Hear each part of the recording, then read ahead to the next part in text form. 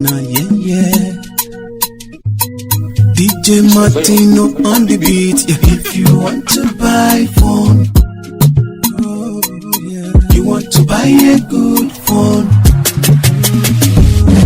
Echoes Quality Communication Limited is the right place for you to buy your phone. For you to buy your phone. If you want to buy phone, you want to buy a good phone. Oh na na na na. Echoes Quality Communication Limited is the right place for you to buy your phone. For you to buy your phone. Yeah, quality phones are here. Echoes Communication phone accessories are here. Echoes Communication different types of laptop. Echoes Communication memory cards and Wi-Fi. Echoes Communication MP3.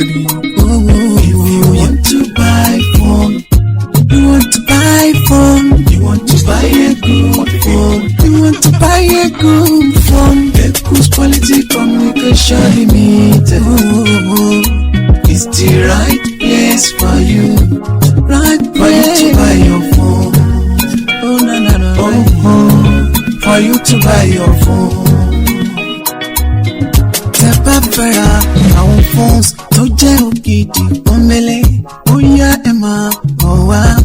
Echoes Communication, yeah. Wọ́n tún ní rooms tẹ́ bá fẹ́ rẹ̀ já.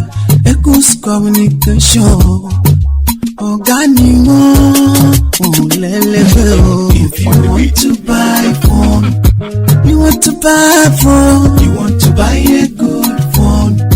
Oh yeah, come on. Echoes Quality Communication Limited, oh yeah, it's the right place for you to buy your phone.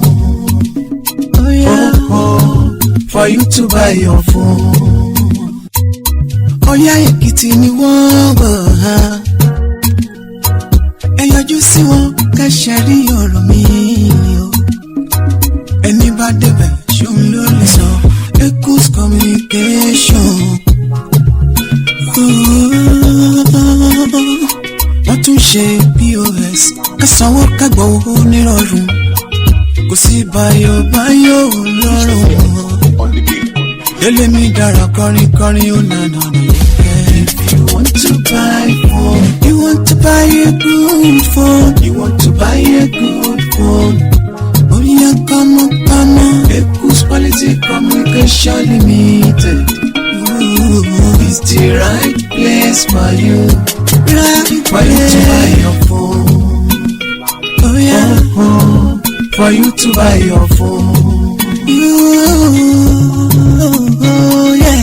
If you want to buy phone, if you want to buy phone, you want to buy a good phone, you want to buy a good phone. Echoes Quality Communication Limited, yeah, it's the right place for you, the right place to buy your phone. For you to buy your phone. DJ Martino on the beat, yeah.